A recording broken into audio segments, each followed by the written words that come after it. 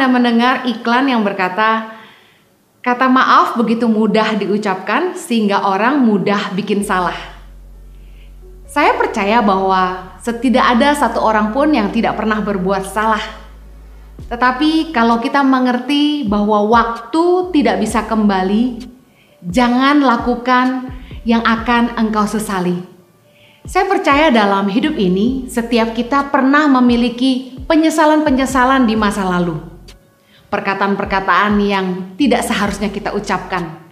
Perbuatan-perbuatan yang seharusnya tidak kita lakukan. Keputusan-keputusan yang seharusnya tidak kita buat.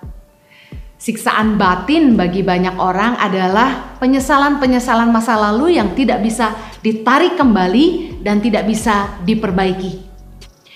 Kita juga mungkin punya kekhawatiran-kekhawatiran akan taburan-taburan kita di masa lalu. Tapi saya ingin mengingatkan kepada kita semua untuk jangan merasa tertuduh karena masa lalu.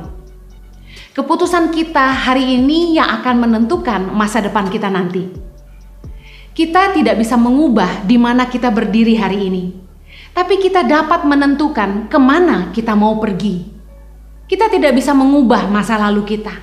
Tapi kita bisa memutuskan kita mau membawa hidup kita kemana hari ini. Jangan tinggal dalam kenangan masa lalu. Karena orang yang hidup di masa lalu tidak akan maju. Kesalahan kita di masa lalu hanya boleh menjadi pelajaran yang berharga. Apa yang harus kita lakukan sekarang? Anda yang mungkin masih merasa tertuduh ataupun masih jatuh bangun karena dosa di masa lalu, mari minta ampun sama Tuhan. Dan yang paling penting, ampuni diri Anda sendiri. Seperti Tuhan tidak pernah menyerah dengan kita. Jangan putus asa dan jangan menyerah pada dirimu sendiri. Ada pesan Yesus yang Yesus sampaikan beberapa kali, yaitu jangan berbuat dosa lagi. Rasul Paulus juga berkata dalam Roma 6 ayat yang ke-12, sebab itu hendaklah dosa jangan berkuasa lagi di dalam tubuhmu yang fana, supaya kamu jangan lagi menuruti keinginannya. Bagaimana kita tidak tinggal lagi di dalam dosa? Kita harus menolak keinginan dosa dalam hidup kita. Dalam Yohanes 5 ayat 14, kemudian Yesus bertemu dengan dia dalam bait Allah lalu berkata kepadanya, engkau telah sembuh, jangan berbuat dosa lagi, supaya padamu jangan terjadi yang lebih buruk. Yesus berpesan di dalam banyak ayat untuk orang-orang yang ia sembuhkan untuk tidak berbuat dosa lagi. Bahkan kepada perempuan yang kedapatan berbuat zina, Yesus pun tidak menghakimi dia, tapi Yesus berpesan, pergilah dan jangan berbuat dosa lagi. Kita harus minta ampun sama Tuhan, mengampuni diri kita sendiri, tapi satu hal yang paling penting, kita tidak boleh berbuat dosa lagi. Ada sebuah istilah, YOLO, you only live once, Anda hanya hidup satu kali. Menjadi alasan bagi banyak orang untuk hidup sembarangan. Mereka berkata, hidup cuma sekali, nikmati saja, lakukan yang kamu bisa. Justru kenapa kita nggak berpikir yang sebaliknya? Yes, justru hidup hanya satu kali, jangan sampai ada yang kita sesali. Saya percaya bahwa orang yang menghargai pengorbanan Kristus bukanlah orang-orang yang selalu tidak pernah lupa merayakan Paskah. Tapi orang-orang yang menghargai pengorbanan Kristus itu adalah dia menghargai kasih karunia-Nya dengan tidak hidup sembarangan. 1 Petrus 4 ayat yang pertama berkata, jadi karena Kristus telah menderita penderitaan badani, kamu pun harus juga mempersenjatai dirimu dengan pikiran yang demikian. Karena barang siapa telah menderita penderitaan badani, ia telah berhenti berbuat dosa.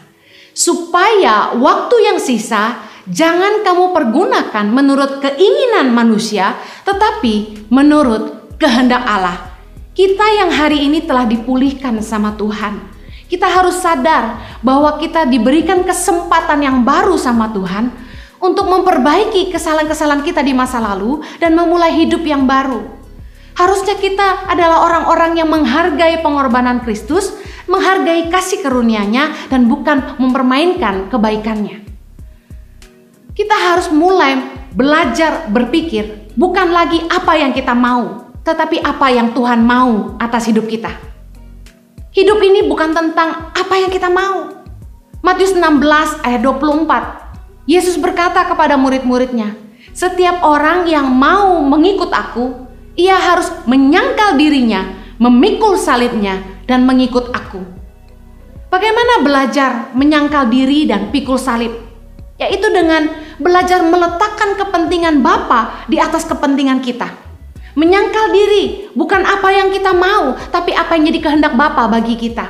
Pikul salib, banyak hal yang mungkin kebenaran dan kehendak Bapa dalam hidup kita bukan seperti yang kita mau, tapi itu merupakan salib yang harus kita pikul dalam hidup kita. Hidup ini bukan tentang terserah gue. Saya belajar keteladanan dari penyangkalan diri Kristus dalam Matius 26 ayat 39. Anda masih ingat ketika Yesus berdoa di Taman Getsemani 3 kali sebelum dia disalibkan? Yesus sangat ketakutan. Dan ketika dia berdoa 3 kali Yesus mengulang, ya Bapakku, jikalau sekiranya mungkin, biarlah cawan ini lalu daripadaku. Tetapi janganlah seperti yang ku kehendaki, melainkan seperti yang Engkau kehendaki. Dalam hidup kita, mungkin banyak pengharapan, keinginan, kerinduan, mimpi yang kita bawa dalam doa kita. Tetapi jangan lupa untuk mengakhiri setiap doa permohonan kita dengan kata-kata ini. Biarlah bukan apa yang aku kehendaki, tetapi seperti yang Engkau kehendaki. Belajar meletakkan kehendak Bapa adalah yang terbaik bagi kita. Mempercayai bahwa rencana Tuhan adalah yang terbaik. Kadang kita tidak sadar bahwa apa yang kita minta belum tentu yang terbaik bagi kita. Saya dan Jojo belajar bahwa ketika kami ingin hidup dalam kehendak Tuhan, kami harus menyangkal daging kami. Dan kami harus mulai mengambil keputusan untuk memikul salib, yaitu sebuah tanggung jawab untuk memulai sebuah pelayanan yang sama sekali tidak menguntungkan kami secara pribadi. Bahkan 14 tahun kami merintis Yayasan Tangan Pengharapan. Kami sangat kelelahan. Kami banyak menghabiskan waktu di luar rumah, meninggalkan keluarga. Bahkan setiap bulan kami harus menanggung beban karena harus menanggung biaya yang tidak sedikit untuk mendanai Yayasan Tangan Pengharapan. Tapi kami menyerahkan semua kehendak Tuhan yang terjadi dalam hidup kami. Bukan apa yang kami mau, tapi apa yang Dia mau. Mari belajar menyangkal diri. Ketika kita belajar menyangkal diri, bukannya kita tidak mampu, tetapi kita tidak mau. Ketika orang berbuat jahat sama kita, bukannya kita tidak mampu membalas, tapi kita tidak mau membalas. Belajar menyangkal diri adalah belajar mengikuti kebenaran, bukan kata hati. Kita membalas orang yang jahat sama kita dengan kebaikan karena kita tahu Roma 12 ayat 17 berkata, janganlah membalas kejahatan dengan kejahatan. Lakukanlah apa yang baik bagi semua orang. Bukannya kita tidak bisa membalas orang yang jahat sama kita, tapi karena kita tidak mau, kita memilih untuk mengampuni semua orang yang bersalah kepada kita. Karena demikianlah firman Tuhan berkata. Belajar menyangkal diri untuk hidup dalam kebenaran itu tidak mudah. Tapi kita harus belajar untuk tunduk kepada kehendak Bapa. Kita bukannya tidak bisa berbuat dosa, tapi kita tidak mau jatuh dalam dosa. Kita tidak mencuri bukan karena kita tidak punya kesempatan, tetapi karena kita memilih untuk berintegritas dan hidup jujur dan bisa bertanggung jawab. Kita tidak selingkuh bukan karena tidak ada yang mau, tapi kita memilih untuk menguasai diri karena kita tahu bahwa itu keliru. Jalan hidup tidak selalu mudah, pernikahan tidak seindah kisah Cinderella. Kita bukan tidak tahu kebenaran, tapi kadang kita membutakan mata hati kita sendiri dan memilih mencari kebahagiaan kita dengan pilihan-pilihan yang salah. Kalau kita ingin hidup dalam kebenaran dan menyangkal daging kita harus ingat bahwa Tuhan membenci perceraian. Markus 10 ayat 9 berkata, karena itu apa yang telah dipersatukan Allah tidak boleh diceraikan manusia. Malaki 2 ayat 16 berkata, sebab aku membenci perceraian firman Tuhan Allah Israel. juga orang yang menutupi pakaiannya dengan kekerasan. Firman Tuhan semesta alam. Maka jagalah dirimu dan janganlah berkhianat. Tentu banyak sekali tantangan dalam pernikahan. Ketika suami tidak bisa menafkahi, ketika suami tidak bisa menghargai, tidak bisa memberikan rasa aman bagi keluarga, tidak jadi imam dan tidak jadi raja. Pasti sebagai istri ketika bertemu dengan orang lain di luar sana yang lebih baik, lebih perhatian, lebih mengerti, Anda akan mudah tergoda. Demikian juga sebaliknya dengan suami-suami yang mungkin di rumah istri tidak mau mengerti, selalu menuntut, selalu mengajak ribut. Pasti tidak ada kedamaian, tidak ada rasa nyaman. Dan ketika Anda di luar sana, Anda mungkin bertemu dengan orang-orang yang sangat menggoda hati Anda. Tapi dengar baik, kalau kita ingin menyangkal diri, belajar memikul salib, belajar menyangkal diri kita demi hidup dalam kebenaran, kita harus ingat baik bahwa Tuhan membenci perceraian. Firman Tuhan berkata, jagalah dirimu dan janganlah berkhianat. 1 Petrus 4 ayat yang ketiga berkata, sebab telah cukup banyak waktu kamu pergunakan untuk melakukan kehendak orang-orang yang tidak mengenal Allah. Kamu telah hidup dalam rupa-rupa hawa nafsu, keinginan, kemabukan, pesta pora, perjamuan minum, dan penyembahan berhala yang terlarang. Ketika kita bertemu dengan teman-teman lama, ketika kita duduk dengan teman-teman yang mungkin tidak seiman, teman-teman lama yang mungkin belum hidup dalam kebenaran, mereka masih hidup dalam rupa-rupa hawa nafsu, keinginan, kemabukan. Firman Tuhan berpesan, jangan lagi hidup menurut keinginan orang-orang yang tidak mengenal Allah. Jangan lagi menginginkan kehidupan yang lama. Ada orang-orang yang menjadi lelah untuk hidup dalam kebenaran karena merasa ikut Tuhan banyak aturan. Tapi dengar baik, sebenarnya Kristus telah memerdekakan kita dari cara-cara hidup kita yang lama. Justru orang-orang yang masih hidup dalam hawa nafsu, mereka diperbudak, bukannya merdeka. Anda telah dimerdekakan, Anda dan saya bisa punya keputusan untuk tidak hidup sembarangan. Hiduplah dengan penuh tanggung jawab. Kenapa? 1 Petrus 4 ayat 4 berkata, sebab itu mereka heran bahwa kamu tidak turut mencemplungkan diri bersama-sama mereka di dalam kubangan ketidaksenonohan yang sama, dan mereka memfitnah kamu. Ayat yang kelima, tetapi mereka harus memberi pertanggungan jawab kepada Dia yang telah siap sedia menghakimi orang yang hidup dan yang mati. Ingat baik, setiap kita harus hidup dengan penuh tanggung jawab. Karena suatu hari nanti kita harus mempertanggungjawabkan hidup kita kepada Sang Pencipta. Suatu hari nanti ketika kita ketemu dengan Bapa di sorga, ada sebuah pertanggungan jawab yang harus kita berikan. Galatia 6 ayat yang ke-7 berkata, jangan sesat, Allah tidak membiarkan dirinya dipermainkan, karena apa yang ditabur orang itu juga yang akan dituainya. Tahukah Anda bahwa ada hal-hal yang harus kita pertanggungjawabkan ketika kita bertemu dengan Bapa di sorga? Salah satunya adalah perkataan kita. Saya yakin banyak perkataan-perkataan yang kita sesali, yang pernah kita ucapkan di masa lalu.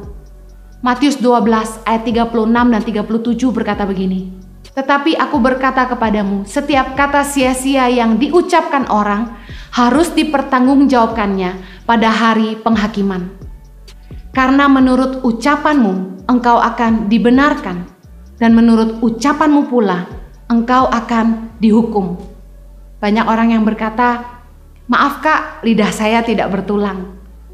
Tapi justru kalau kita tahu lidah kita tidak bertulang, kita seharusnya tidak boleh ngomong sembarangan. Tahukah Anda bahwa firman Tuhan berkata, suatu hari nanti ketika kita menghadapi tahta penghakiman Tuhan, setiap kata sia-sia yang kita ucapkan kepada orang harus kita pertanggungjawabkan di hadapan Dia. Kalau kita ingat ini, saya yakin kita tidak akan ngomong sembarangan. Satu hari nanti kita harus mempertanggungjawabkan setiap perkataan kita. Dan suatu hari nanti kita juga harus mempertanggungjawabkan semua yang Tuhan titipkan.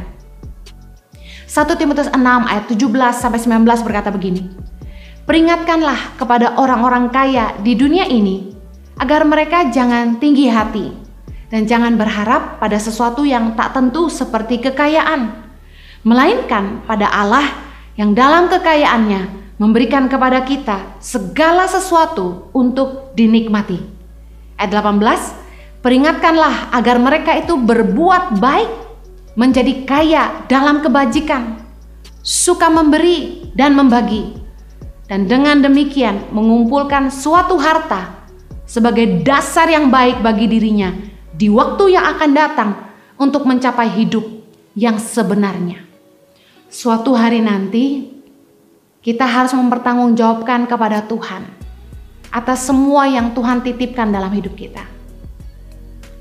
Keluarga kita, anak-anak kita, harta kita. Firman Tuhan juga berkata, orang yang dipercaya banyak akan dituntut lebih banyak. Jadi saya ingin mengingatkan kepada Anda yang hidup berkelimpahan dan diberkati di bumi. Ketahuilah bahwa Anda punya tanggung jawab yang jauh lebih besar daripada yang punya sedikit. Firman Tuhan berkata, rajin-rajinlah berbuat baik, kayalah dalam kebajikan, suka memberi dan membagi. Karena itulah yang akan menjadi dasar untuk hidupmu di masa yang akan datang. Sadarilah oleh firman Tuhan ini bahwa hidup kita di bumi hanya sementara. Tidak ada yang kita bisa bawa mati.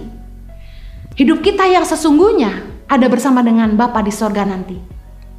Apa yang akan kita tuai suatu hari nanti tergantung dari apa yang kita tabur di bumi.